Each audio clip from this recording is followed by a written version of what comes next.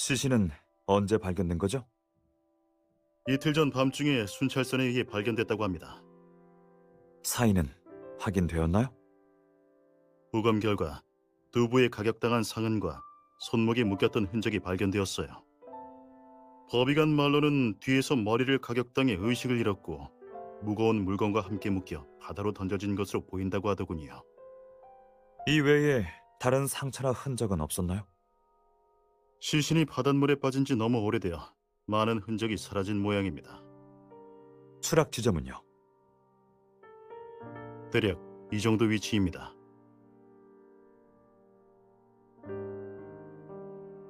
시체의 부패 정도와 바닷물의 유동 방향 및 속도를 고려하면 허재석의 추락 지점은 대략 생태공원 북쪽에 있는 이 산의 꼭대기로 보입니다.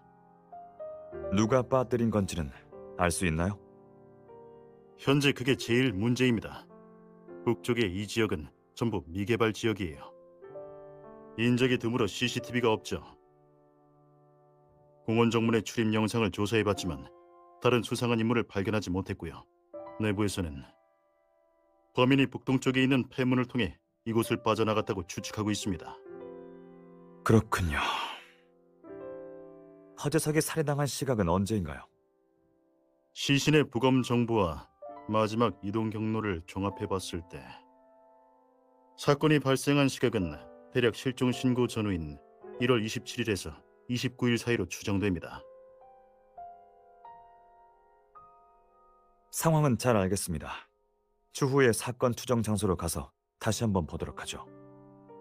엄 반장님, 정보를 공유해 주셔서 감사합니다.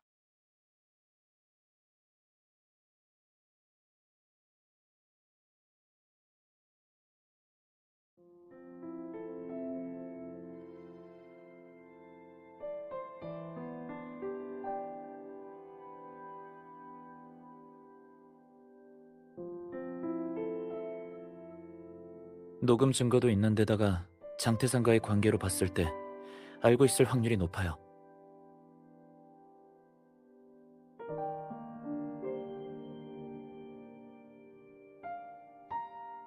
하지만 서소리는 딱히 유용한 정보를 가지고 있는 것 같아 보이진 않았어요.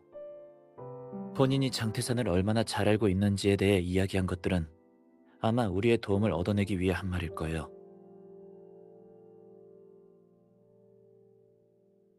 맞아요.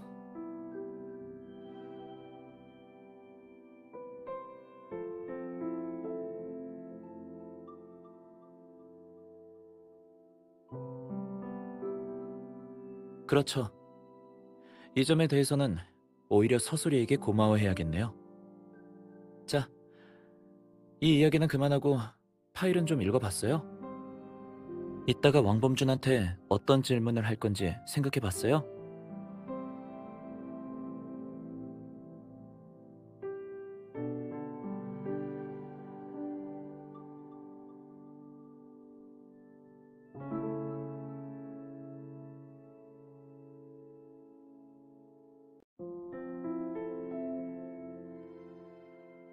그렇군요.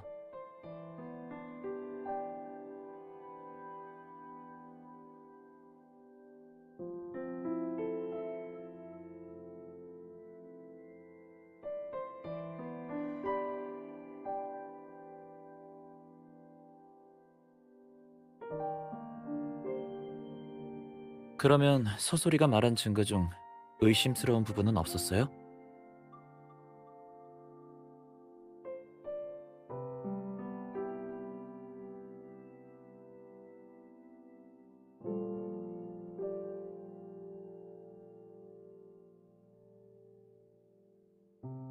좋은데요?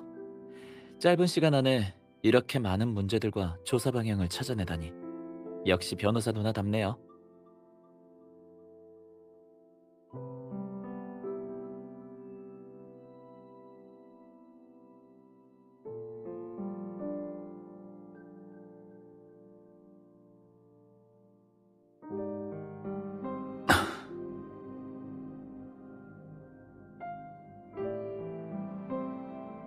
가끔은 누나가 조금만 덜 똑똑했으면 한다니까요. 그렇게 뭐든지 다 꿰뚫어버리면 누나 앞에서 내가 어떻게 똑똑한 척, 멋진 척으로 점수 딸 수 있겠어요?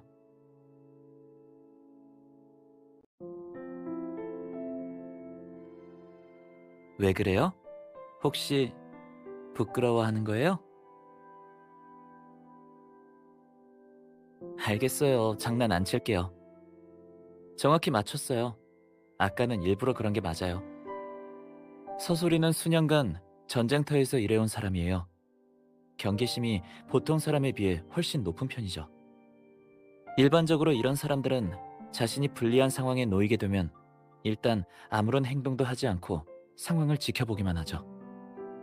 하지만 서소리는 오늘 우리보다도 먼저 말을 꺼내는 등 급하게 자신의 성의를 보이려 하더라고요. 그녀가 왜 그렇게 행동했을까요? 이유는 하나뿐이겠죠. 맞아요. 그리고 그녀가 그렇게 할 수 있었던 건 자신이 협상의 카드를 쥐고 있다고 생각해 승부수를 던진 것뿐이에요. 하지만 협상을 시작하기에 앞서 자신이 가지고 있는 카드가 정말 유용한 건지 확인할 필요가 있었고요. 그래서 그녀는 일부러 내 반응을 확인해 보기 위해 자신과 한가위와의 관계를 던져본 거예요. 그렇게 노력하는 모습을 보여주니 나도 답례로 암시를 던져준 거죠. 뭘 알고 있는지 확인해 보기 위해서요.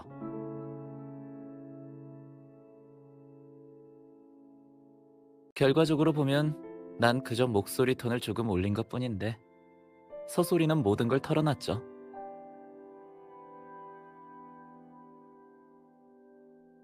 이쪽 업계엔 이런 사람들이 널렸어요. 이 정도 잔머리는 아무것도 아니에요. 그녀보다 훨씬 까다로운 사람도 만나본걸요? 걱정 마요.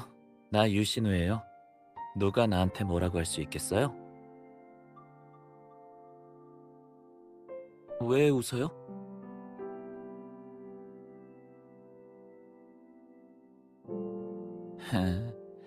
누나는 내 카리스마 넘치는 모습이 마음에 드나 보네요?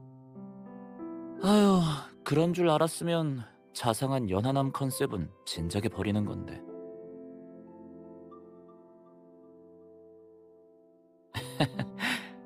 농담이에요. 분위기 좀 풀어보려고 한 거예요. 시간 다 됐네요.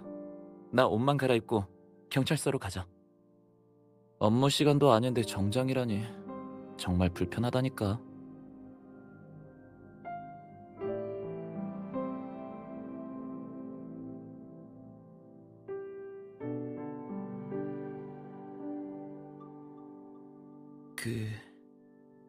나 좀 도와줄 수 있어요? 셔츠의 단추가 잘 안 풀려서 누나가 한번 확인해 줄래요?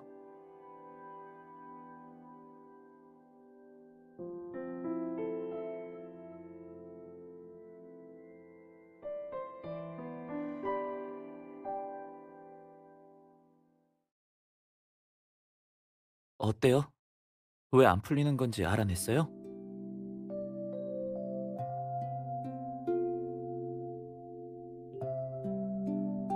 아, 네.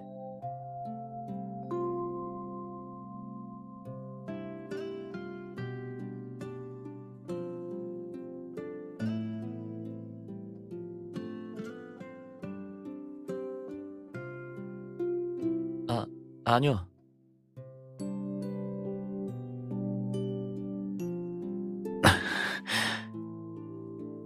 왜 굳었냐니. 누나는 정말 아무것도 모르네요. 고개 들어봐요.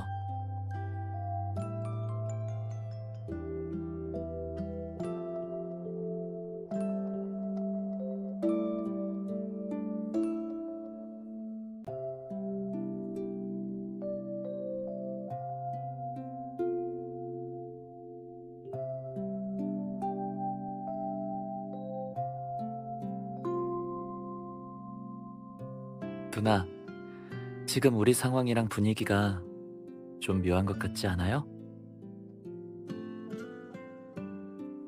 봐요. 지금 이 위치에선 누나 눈에는 나밖에 없고 내 눈에는 누나밖에 없잖아요. 밖에는 햇살과 새들이 지저귀고 있고 누나랑 나는 싸움도 고민도 없고 작은 걱정거리 하나마저도 누나가 손쉽게 해결해버렸잖아요. 이런 안정감 꼭 오랫동안 함께했던 사이처럼 느껴져서요.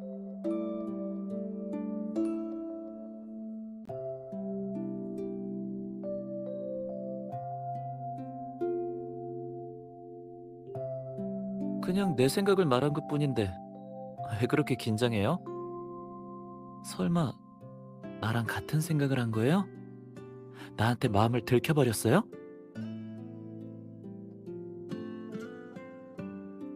그래요? 그럼 아까는 왜 그렇게 날 뚫어지게 쳐다봤지?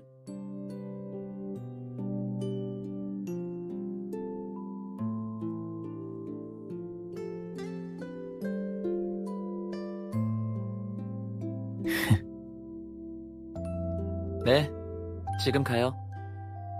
얌전히 기다리고 있어요.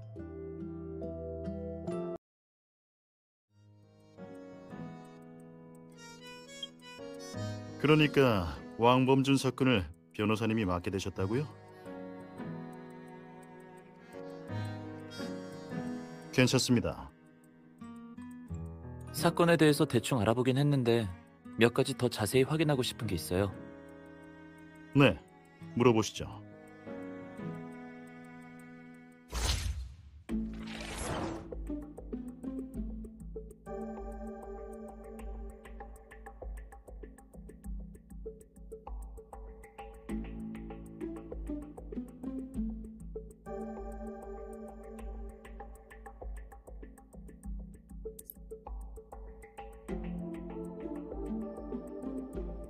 맞습니다. 올해 1월 말 한가희에게서 신고가 들어왔습니다. 부모인 한병철과 기옥현이 실종됐다는 내용이었죠. 저희 팀에서 바로 두 실종자의 거처를 수색했지만 바 테이블 위에 있던 막 씻어낸 듯한 접시들과 근처 바닥에 뭔가를 끌고 간 듯한 흔적 말고는 집안에는 이상한 흔적이 전혀 없었습니다. 해당 아파트와 인근 CCTV 영상을 확보했지만 실종자의 행적은 발견하지 못했죠. 그래서 일단 실종 사건으로 처리하고 다른 단서가 나올 때까지 기다리는 수밖에 없었습니다. 그렇게 시간이 흘러서 일주일 전이 된 거네요? 네, 추후에 발생한 일은 다들 아실 거라고 생각합니다. 발견된 흉기에서 피해자 외 유일한 지문인 왕범준의 지문이 검출됐습니다. 그리고 피해자의 몸에서 발견된 G24D는 왕씨 제약에서만 판매하는 약품이죠. 해당 증거를 토대로 경찰 측에선 왕범준을 유력 용의자로 보고 사건과 관련된 장소를 다시 한번 수색했습니다. 2차 수색 결과 생태공원의 CCTV 영상 외에 피해자의 집에서 새로운 단서가 나왔습니다.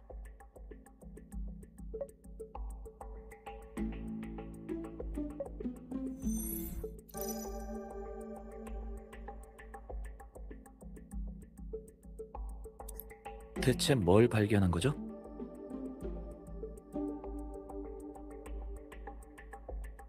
피해자의 집 소파 쿠션에서 수상한 두피 조직이 대량 검출됐습니다.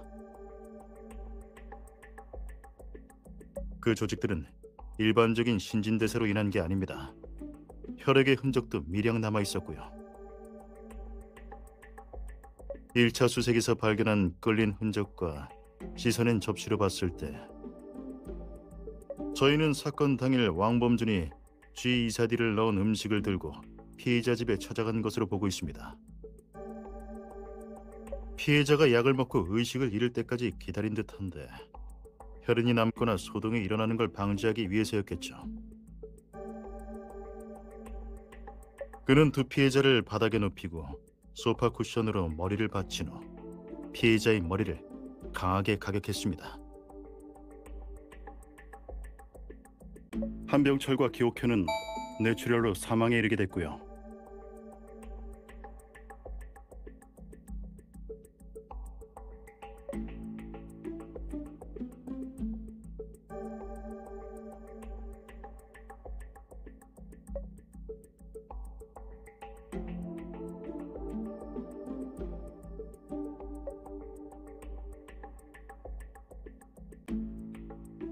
현장 사진을 비교해 본 결과 동일합니다. 왕범준의 최근 행적도 조사해 봤는데 그 결과 그가 G24D 약물을 빼낸 증거와 범행 동기를 찾아냈습니다. 여기에 생태공원 CCTV 영상과 흉기에서 검출된 지문 때문에 왕범준을 유력 용의자로 지목한 겁니다.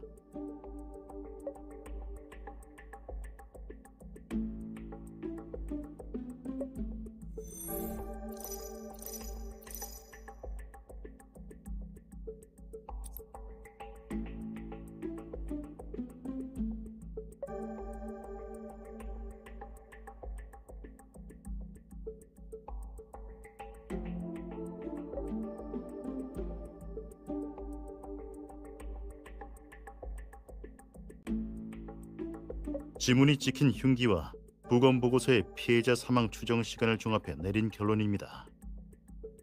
부검 보고서와 피해자의 생전 마지막 행적을 보면 한병철과 기옥현의 사망 시간은 22시경으로 추정됩니다.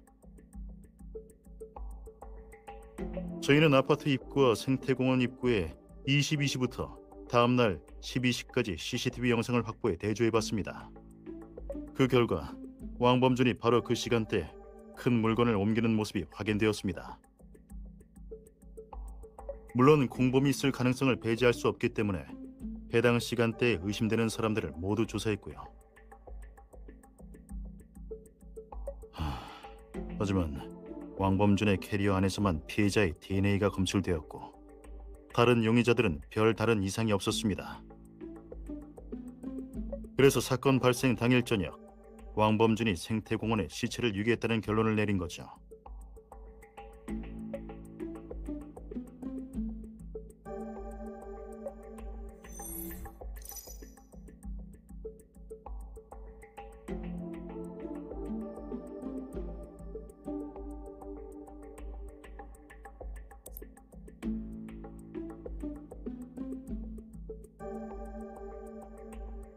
왕씨 제약의 출고 기록을 살피던 도중 사건 발생 전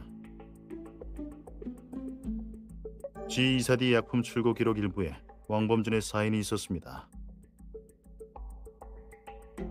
본인이 약품을 가져간 게 확실한가요? 그건 아닙니다. 꽤 오래전 일이라서 창고 관리원의 기억이 확실치 않거든요. 확실한 건 출고 기록에 남겨진 사인뿐입니다.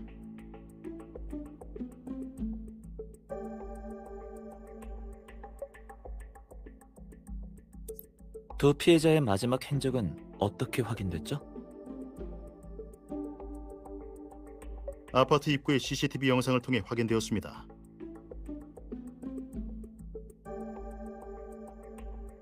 사건 당일 밤 21시 아파트를 나서는 기옥현의 모습이 포착됐습니다. 기옥현은 45분 후 아파트로 돌아왔고 그 이후 부부의 모습은 보이지 않았습니다. 그때 찍힌 사람이 기옥현 본인인 게 확실해요? 확실합니다. 아파트 경비원이 그녀를 목격했다고 증언했습니다.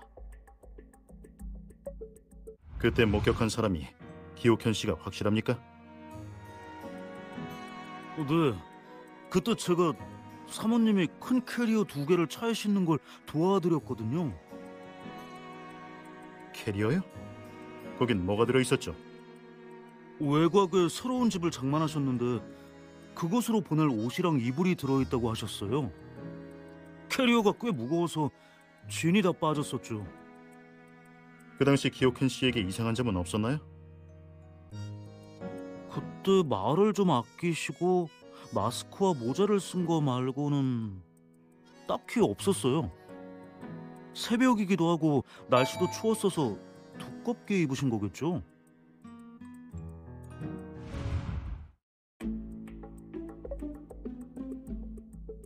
그 아파트 얘기가 나와서 말인데 그거 아시려나 모르겠네요.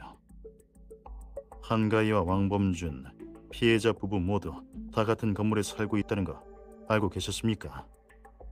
한병철과 기옥현은 10층, 왕범준은 11층, 한가희는 12층에 살고 있습니다.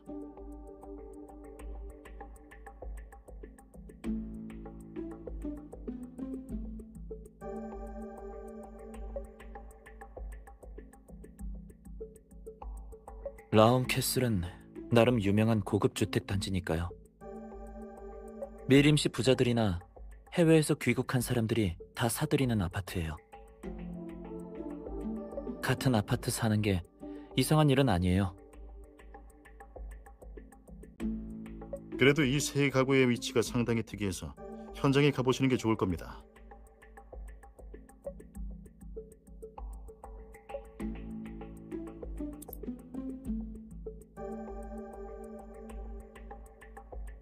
그건 피해자의 부검 보고서를 보면서 설명해드리죠.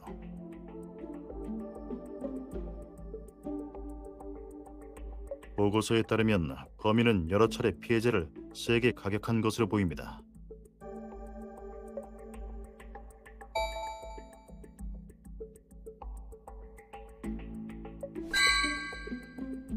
맞습니다.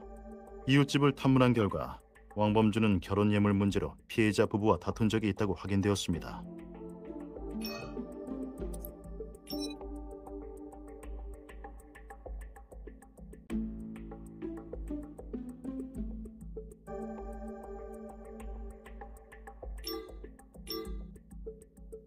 다툼이 여러 차례 있었고 한 번은 경찰서까지 갈 뻔했다고 합니다. 저희는 왕범준이 예물 문제로 원한을 품고 있다가 사건 당일 화해를 핑계로 피해자 집에 들어가 범죄를 저질렀다고 추정하고 있습니다.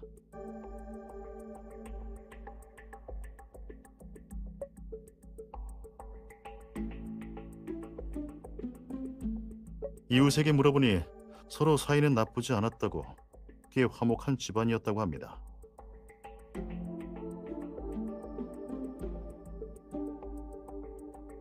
한가인은 양부모와 함께 여행을 다니거나 꾸준히 외식을 나가곤 했다고 들었습니다.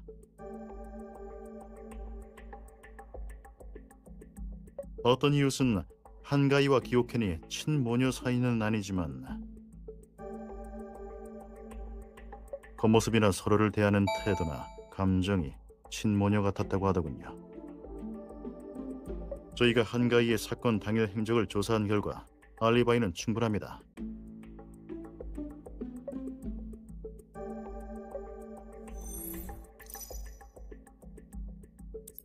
한가이의 알리바이는 뭐죠? 한가인은 사건 당일 오후 7시 시외 리조트 별장으로 휴가를 떠났습니다. 그리고 다음 날 아침까지 그 별장에 머물렀죠. 그 알리바이는 어떻게 증명된 건가요?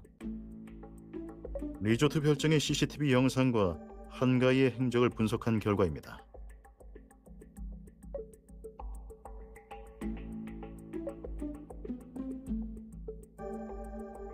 생태공원에 간 1시간을 제외하면 사건 당일 하루 종일 집에 머물며 아파트를 떠난 적이 없는 것으로 확인되었습니다.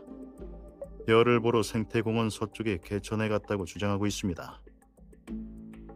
하지만 조사해보니 연초에 공원 개천은 수위가 높아서 방문객에게 개방되지 않는다고 합니다. 그렇다면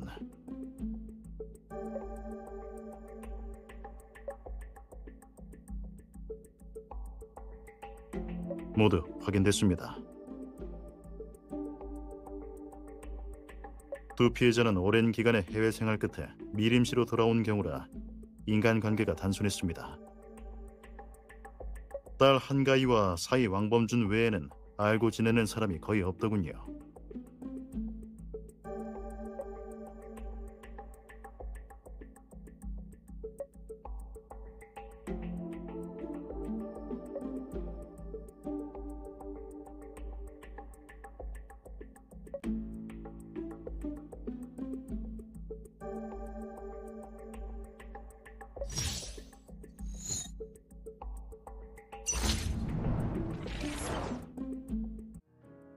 맞다.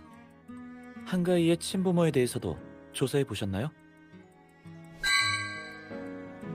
아니요. 한병철과 기옥현 본인들이 한가희를 입양했다는 사실을 대외적으로 공개했더군요. 하지만 그해 당시에 입양 문서는 찾지 못했어요. 아마 비공식적인 루트로 입양한 것 같습니다. 한가희에겐 알리바이가 있고 이번 사건은 상대적으로 왕범준에게 치중되어 있어서 그동안 왕범준을 중심으로 조사를 진행했었습니다. 한가위에 대해서는 더 깊게 조사하지 못했습니다. 그렇군요.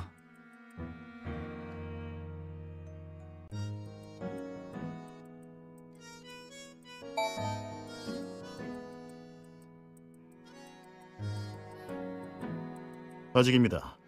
사실 아직 조사를 시작한 지 얼마 되지 않아서 수집한 증거들을 다시 확인해 봐야 합니다. 왕범준이 계속해서 자신은 살인을 저지르지 않았다고 주장하고 있거든요. 이 점이 많은 관심을 끌고 있어요. 하지만 외부의 소식이 이미 다 퍼져버렸고 그가 유죄라고 생각하죠. 이 사건의 조사는 비밀리에 진행된 건데 어떻게 밖으로 새어나가게 된 건지 저희도 이상하게 생각하고 있습니다. 그리고 솔직히 말하자면 이번 사건은 어딘가 이상합니다. 네, 우선 왕범준의 캐리어를 검사했을 때 피해자의 DNA가 나온 건 맞지만 그 DNA는 몇 가닥의 머리카락이었을 뿐입니다. 제 경험상 시신 유기에 쓰인 캐리어에 고작 그 정도의 흔적만 남아있을 리가 없어요.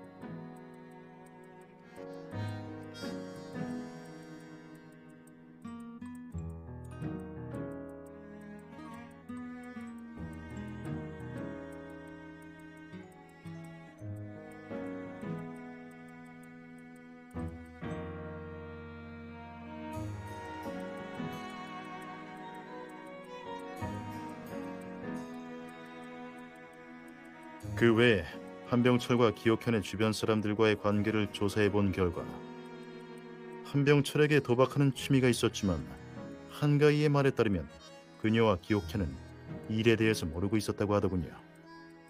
가족들을 속이고 도박이나 하는 사람이 시간적으로나 금전적으로나 여유 있는 소위 행복한 삶을 살 수는 있었을까요? 그래서 이 사건을 비밀리에 진행한 겁니다. 무언가를 빠뜨린 걸 수도 있으니까요. 하지만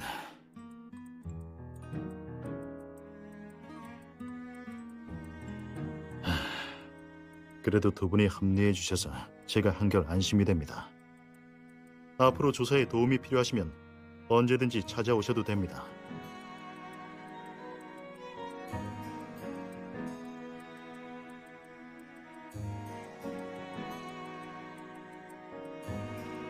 현재로서는 경찰 측의 조사 결과엔 달리 큰 문제는 없어 보이네요.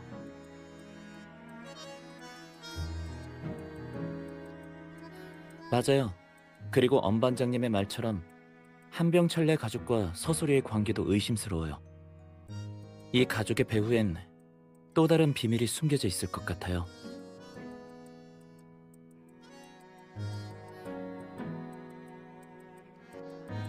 좋아요.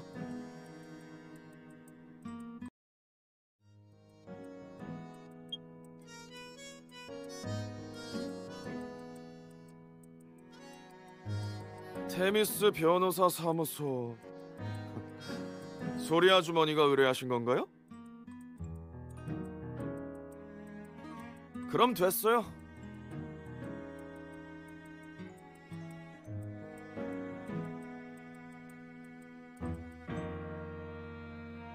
유 본부장님도 오셨네요. 왜요? 저는 반갑지 않나 봐요? 그건 아니고요. 저 같은 평범한 사람의 안건을 도와줄 거라곤 생각 못했거든요. 다른 사람의 부탁을 받은 거니까요. 게다가 왕범준 씨를 도와주면 제가 원하는 걸 얻게 해주겠다고 대표님께서 약속까지 하셨거든요. 나름 수지타산이 맞는 거래인 것 같아서요.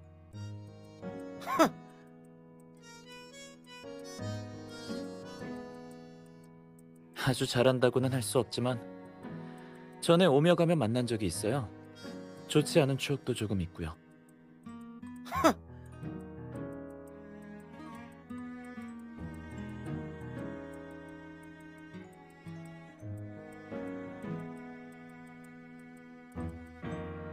알겠어요.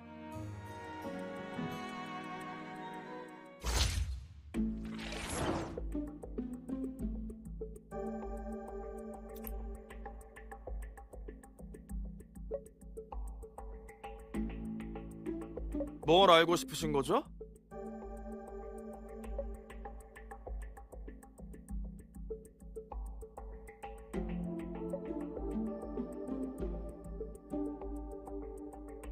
그런 건 당신이 직접 조사해야 되는 거 아니에요?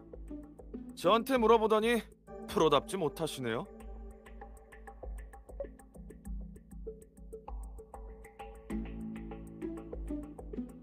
그럼 우리가 가서 알아보고 올 테니까 당신은 그때까지 경찰서에서 얌전히 기다리시던가요.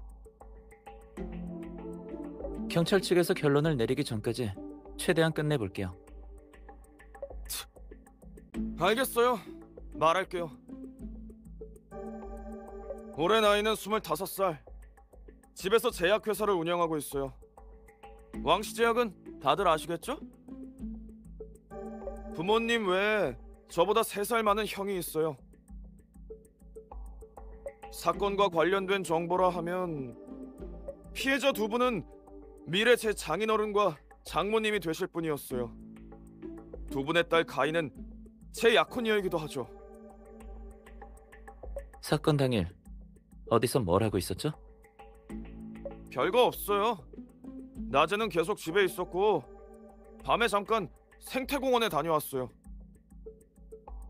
그거 말곤 딱히 한 건 없어요.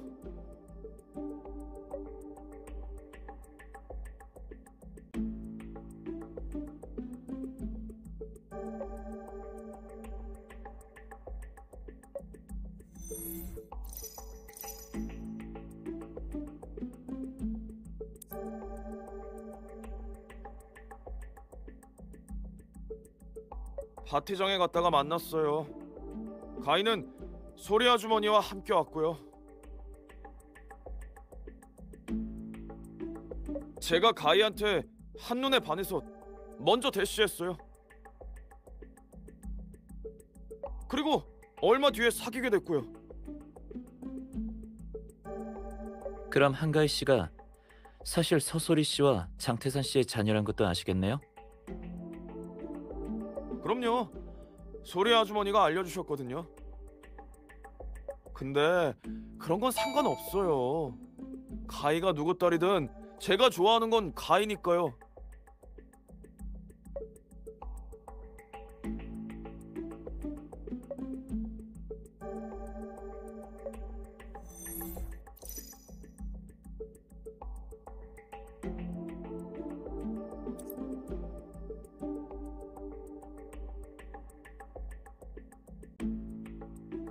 평범했어요.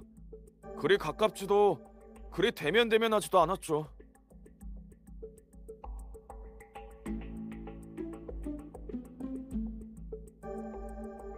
그럼 한가희 씨와 양부모님의 사이는요?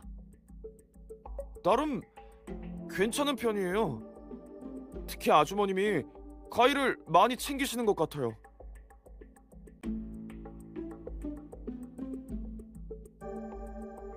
한병철 씨와 기옥현 씨가 귀국하고 나서 서소리 씨가 2사람에게 연락한 적 있어요?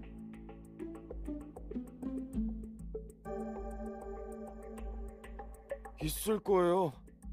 전에 우연히 소리 아주머니와 아버님이 통화하는 걸 봤어요. 그때 돈이랑 부동산 이야기를 하신 것 같았어요.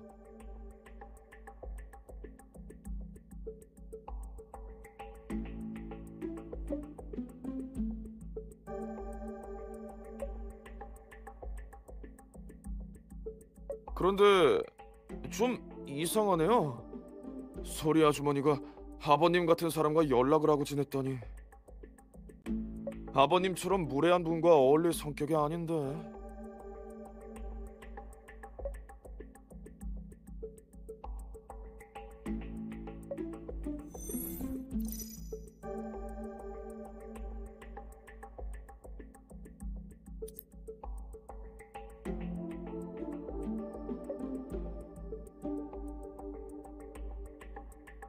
치, 1월 28일 낮에는 계속 아파트에 있었고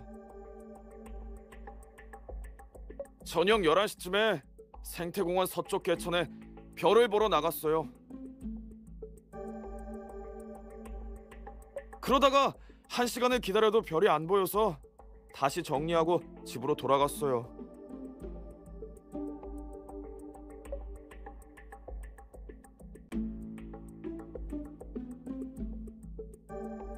왕범준 씨, 그건 말이 안 돼요. 뭐가 말이 안 된다는 거예요?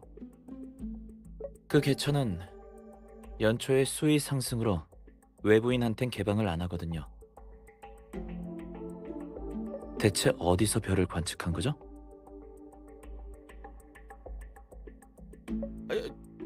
전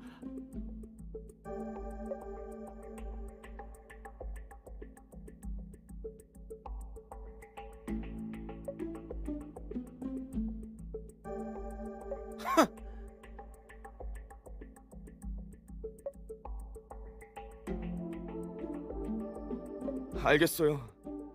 사실 그날 저녁에 만날 사람이 있어서 생태공원 북쪽에 있는 산에 갔었어요. 누굴 만난 거죠?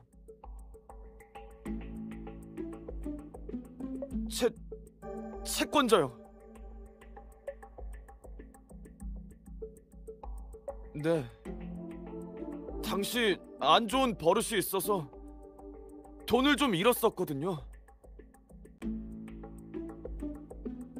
그날 밤에 사실 빚을 갚으러 나갔었어요. 그 캐리어 안에는 돈이 들어 있었고요. 채권자의 이름이 뭐죠? 내용이요. 확실해요? 또 거짓말하는 거 아니? 진짜예요. 방금 한 말들 모두 사실이에요.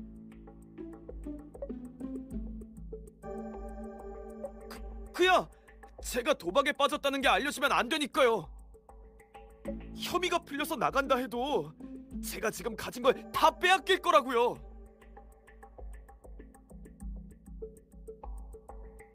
그럼 지금 갑자기 사실을 털어놓는 이유가 뭐예요?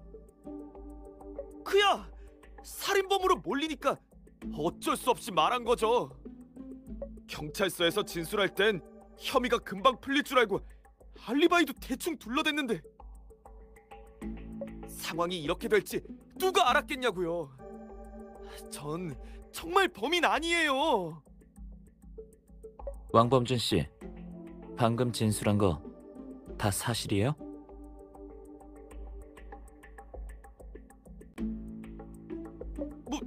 물론이죠.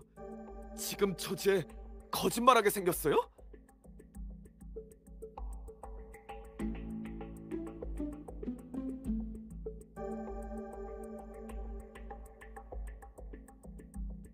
좋아요. 이제 지문과 약품에 관한 것도 사실대로 말해요.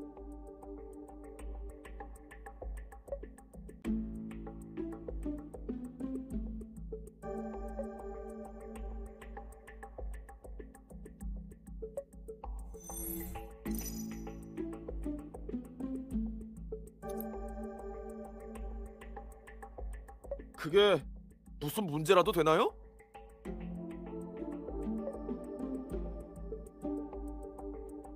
무례하기 짝이 없는 욕심쟁이니까요.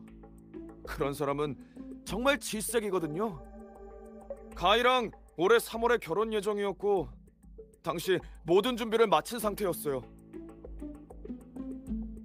1월에 결혼식 청첩장까지 다 돌렸는데 이 양반들이 갑자기 딴소리를 하더라고요. 제가 준비한 예물이 부족하다는 둥 핑계를 대면서 가희와 결혼하고 싶으면 돈을 더 내놓으라는 거예요. 제가 바보도 아니고 이건 명백한 사기잖아요. 그래서 이웃들이 다 나와서 구경할 정도로 그쪽이랑 싸운 거예요? 저도 집안일이라 일을 크게 벌이고 싶진 않았어요. 근데 아버님이 갑자기 아파트 복도로 뛰쳐나가서는 제가 두 분을 괴롭히고 있다고 소리를 질렀어요. 정말 창피라는 걸 모르나 봐요. 언쟁이 얼마나 있었죠? 몇 번 있었는데 정확히 기억나진 않아요. 한병철 씨는 매번 그렇게 일을 크게 벌이는 편이었나요? 네, 제가 뜻에 따르지 않으면 항상 그런 식으로 절 난감하게 만들었죠. 그렇게까지 열심히라니. 대체 얼마를 주기로 약속했길래 그래요? 별거 아니고 상업지구에 있는 부동산 2채, 고급 승용차 2대, 그리고 현금 2억이요.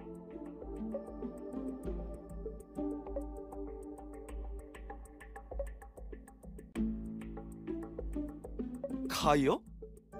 가이도 꽤나 난처했을 거예요. 가이가 계속 싸움을 말리긴 했는데 아버님은 화나면 남의 말을 듣는 사람이 아니라 소용없었죠.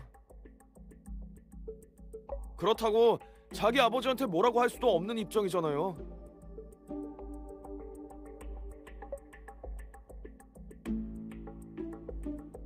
그럴 리가요. 저 그렇게 속 좁은 사람 아니에요.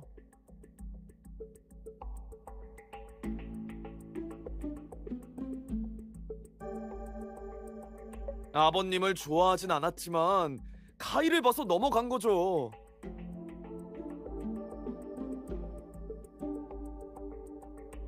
할 수 있는 한 최대한 존중해 드렸어요.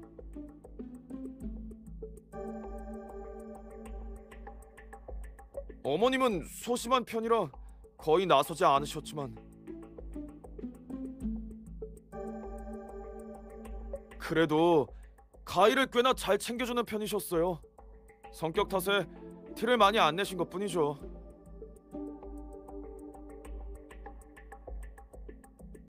그런 분한테 원한을 품을 일이 어디 있겠어요?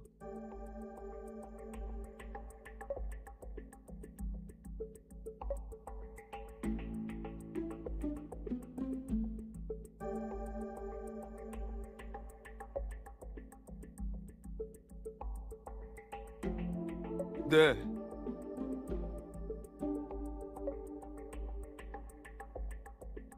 방금처럼 대답했어요.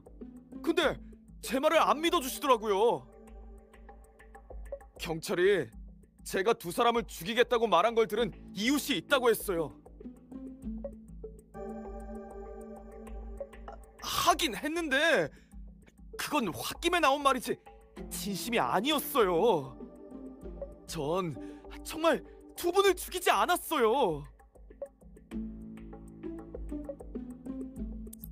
이거 본 적 있어요? 수사관이 신문할 때 봤어요. 물론 그때 본 게 처음이고요. 당신도 알고 있겠지만 이번 사건의 흉기인 이 망치에서 당신의 지문이 검출됐어요. 그런데도 신문하기 전에는 이걸 본 적이 없다고요?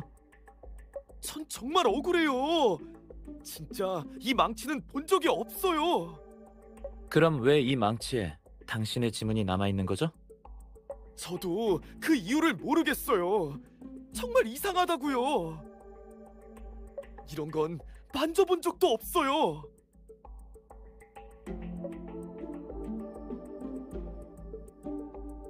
그럼 주변에서 이런 망치를 사용하는 걸 본 적은요?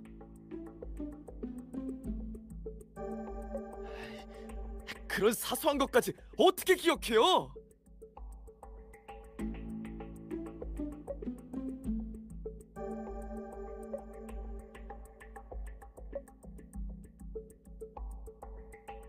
아니요. 불면증도 없는데 그걸 왜 가져가요? 저도 모르죠. 전 창고에서 그걸 꺼낸 적도 사인한 적도 없어요. 어쩌면 누가 제 사인을 위조했을지도 모르죠.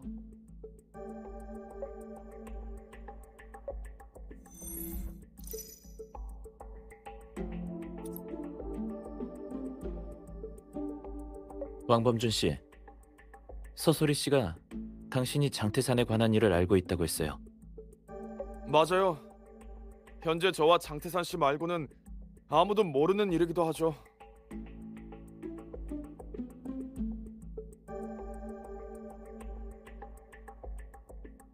하지만 2분이 제 혐의를 벗겨주기 전까지 그 일에 대해선 입도 뻥끗하지 않을 거예요.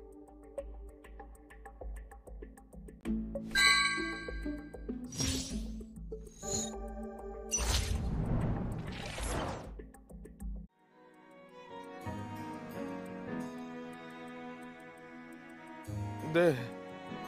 근데 변호사님, 빨리 좀 부탁드릴게요. 더 이상 이런 낡아 빠진 곳에서 있고 싶지 않거든요.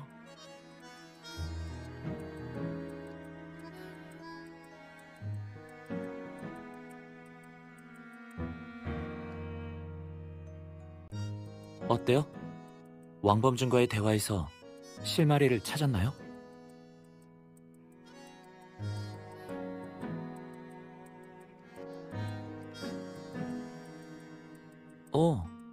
그게 뭐였는데요?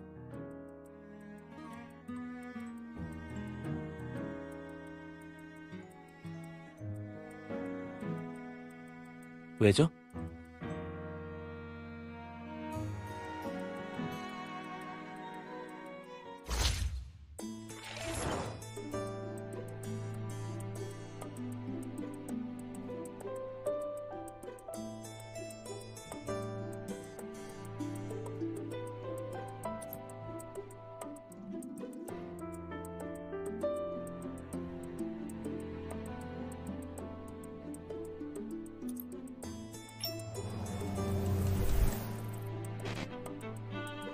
이 단서들을 비교해봐도 쓸모있는 결론이 나오지 않아요.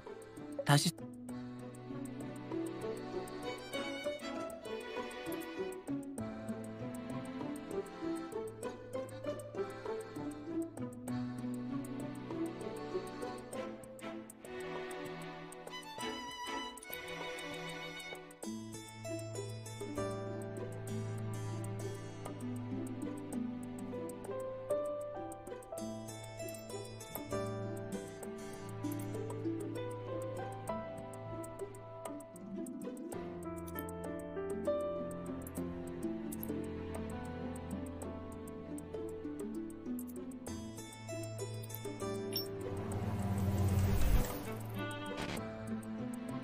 이 단서들을 비교해봐도 쓸모있는 결론이 나오지 않아요.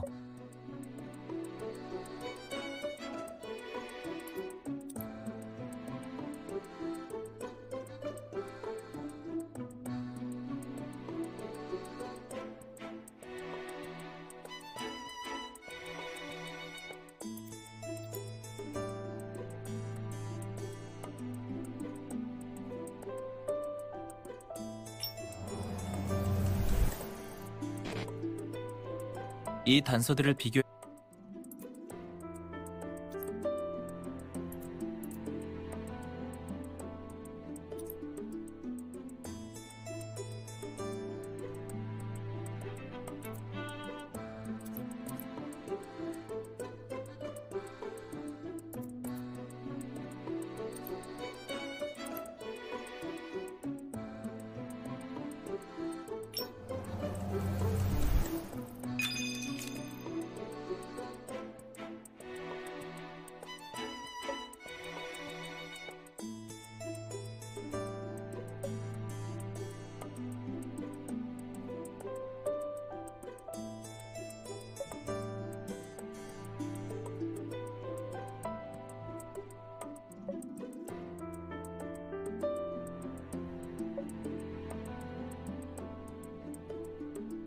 맞아요.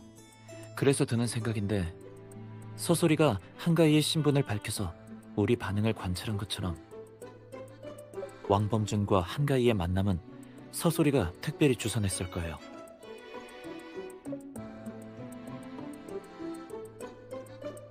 그건 우리가 파악한 왕범준과 서소리의 관계를 좀 더 생각해봐요. 그 속의 관계를 이해하면 바로 정답을 찾을 수 있을 거예요.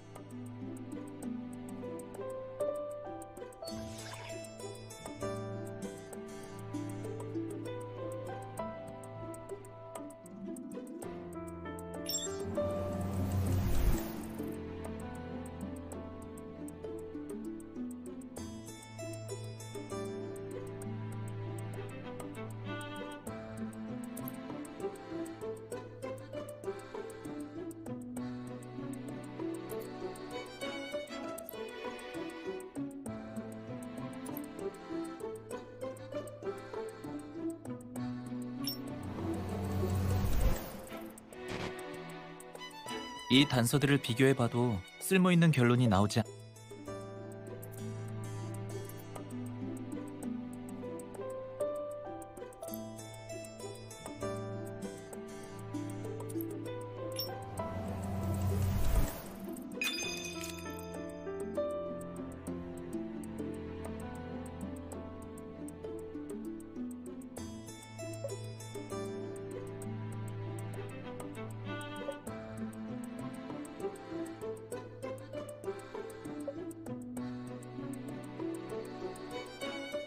맞아요.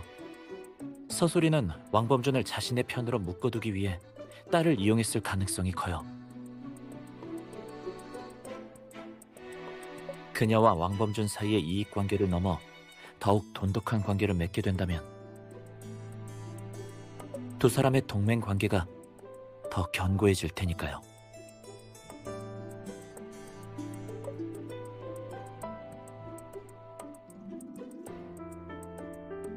그럴 확률이 높아요.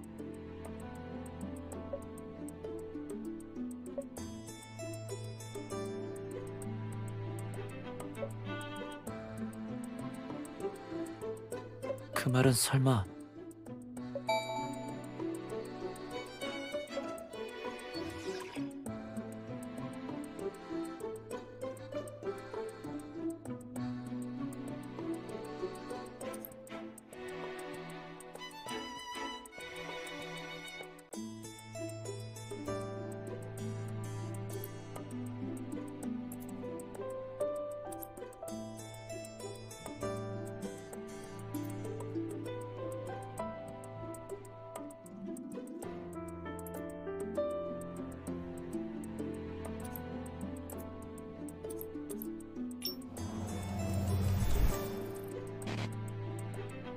이 단서들을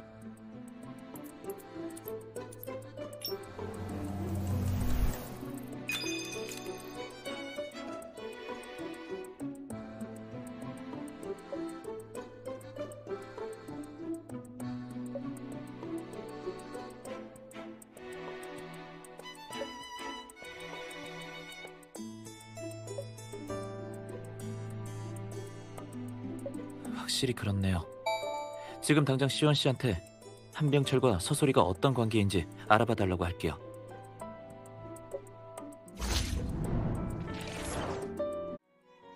좋아요. 왕범준과 한가희가 만나게 된 과정에 대한 건 해결했고 이제 사건 발생 당일의 행적에 대해 얘기해봐요.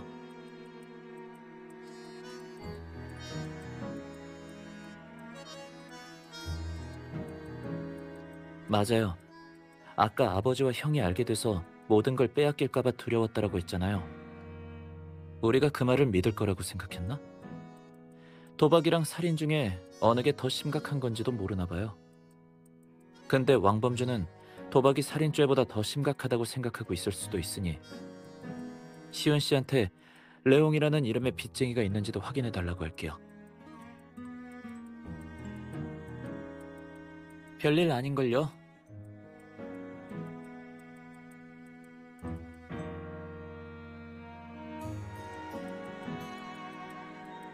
아직까지 다른 단서가 없으니 일단 계속해서 조사해봐요.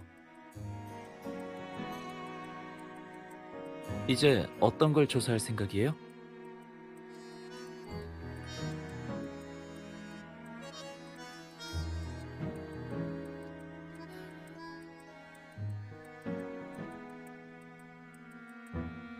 괜찮은 생각이긴 한데 지금은 안 돼요.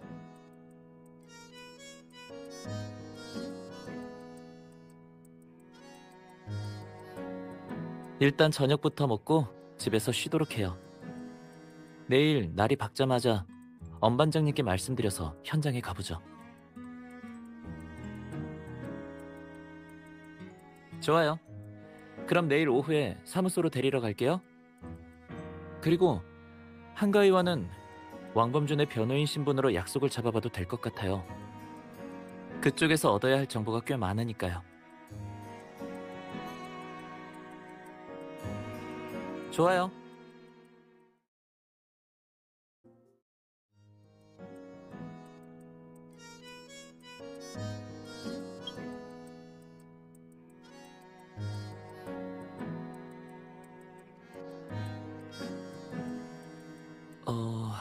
정말 엄 반장님 말씀대로 이 집의 위치가 여길 봐요.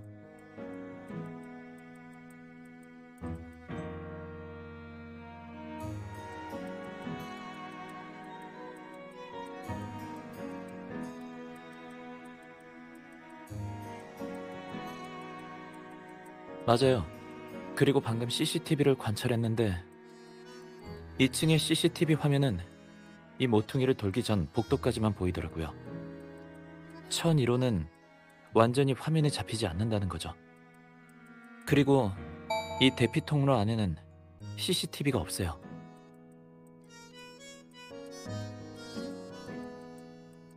그렇죠. 그런데 층간 CCTV에만 찍히지 않는 것뿐이에요.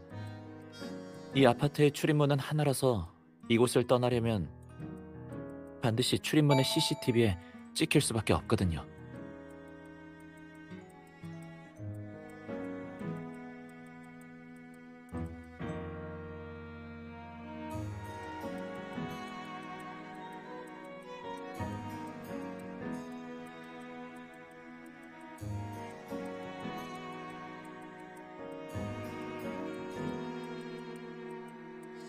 방금 확인해보고 왔는데 한가희와 왕범준의 집도 이런 식으로 되어 있었어요. 이 부분 경찰 측 조사 보고서에 언급이 되어 있나요?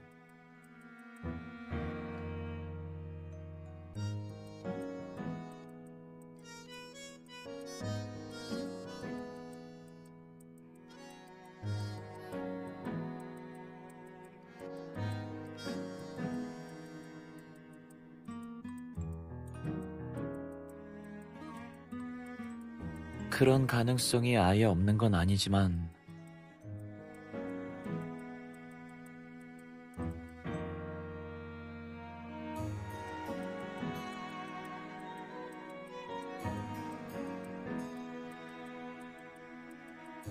네, 그래요.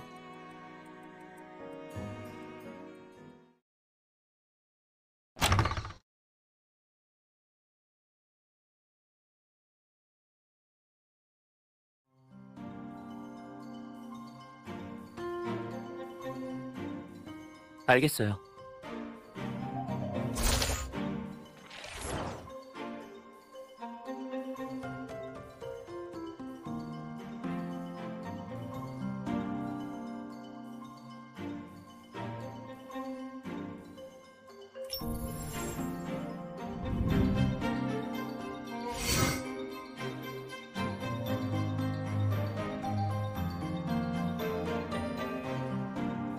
이 집의 주인은 깔끔하고 온화한 사람인가 보네요. 일단 여기 보이는 이 바 테이블처럼 방 안의 물건들이 질서정연하게 정리되어 있잖아요. 아주 꼼꼼한 사람이 아니라면 이렇게까지 해놓기 쉽지 않을 거예요. 그리고 가구나 장식품들을 보면 따뜻한 톤의 색깔들이 많아요. 색깔만으로 성격을 정확하게 판단할 수는 없지만 제 경험상 이런 색을 좋아하는 사람들은 온화하더라고요.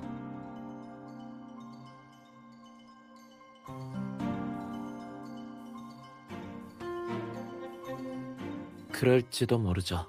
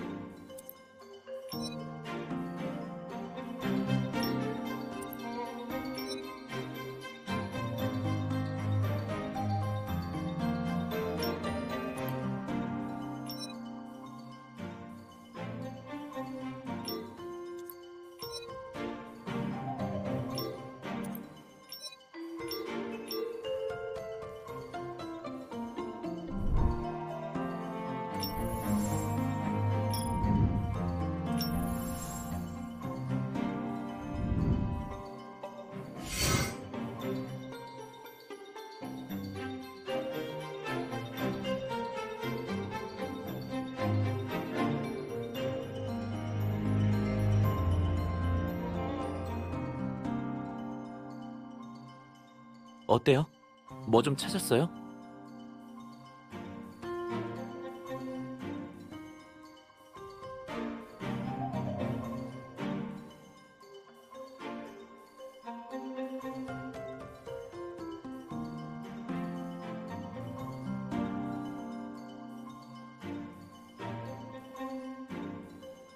그런 무늬를 가짜로 만들어내는 건 쉽지 않나요? 다른 공통점은 없어요? 그럼 나도 같이 찾아볼게요.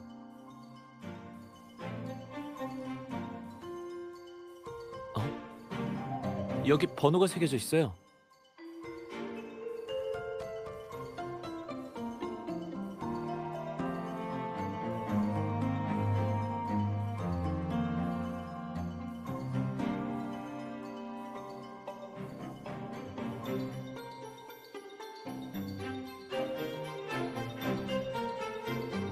공구의 일련 번호인가 봐요. 보통 세트로 된 공구에는 편리한 보관과 분실 방지를 위해 일련 번호가 찍혀 있거든요. 그 망치가 같은 세트라면 망치에도 이 번호가 찍혀 있을 거예요.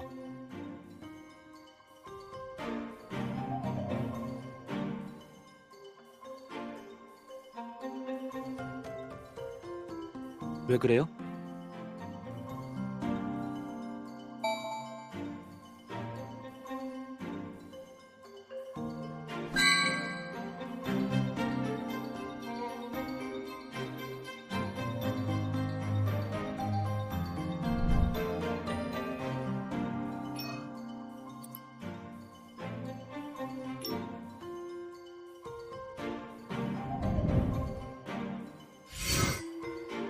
경찰이 발견한 의문의 쿠션이 이건가 봐요.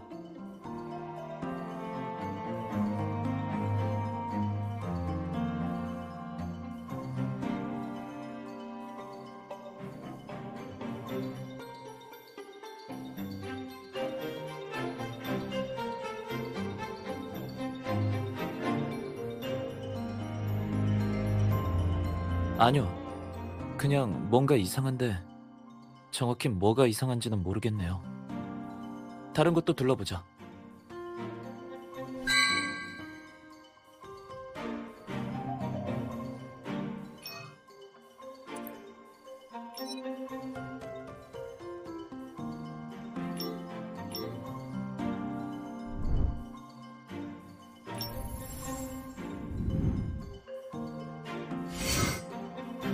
이 장식품 되게 정교하네요.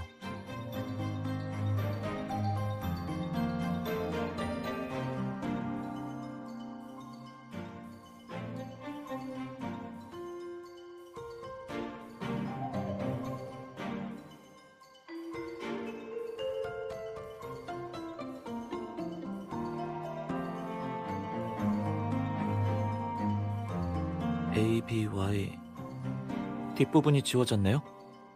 알파벳 2개가 더 있을 것 같은데.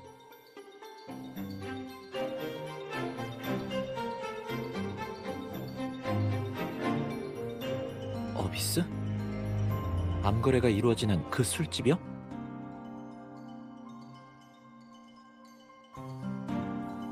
시온 씨에게 사진을 보내 그쪽을 조사해보라고 해야겠어요.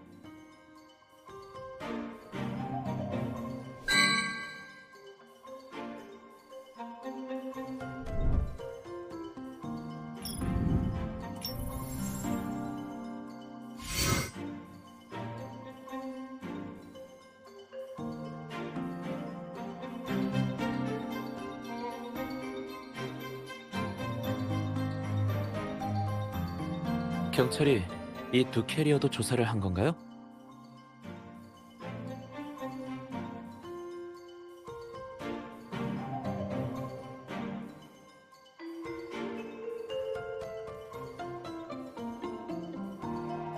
왜 그래요?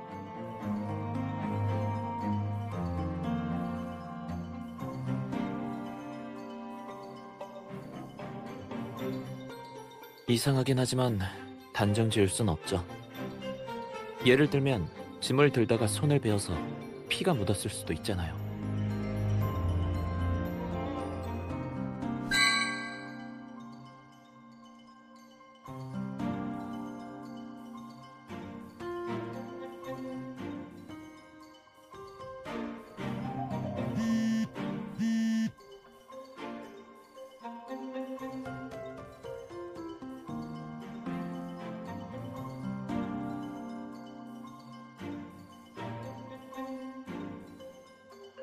그러면 일단 오늘은 이만 가요. 한가위와 만나고 나서 같이 현재까지의 정보를 전부 정리해봐요.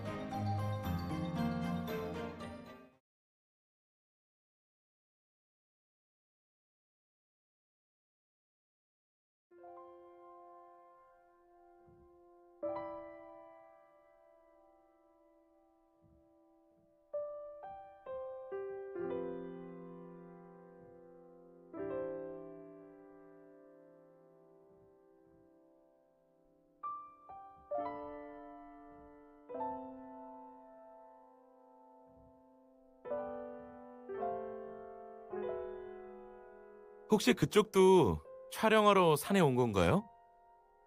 네? 사진 작가 아니에요? 아이고, 미안해요. 사람을 잘못 본 것 같군요. 괜찮습니다. 산에 촬영하러 오신 건가요? 맞아요. 올해 연초부터 줄곧 밤에 와서 산 정상과 하늘에 뜬 별을 찍곤 했어요.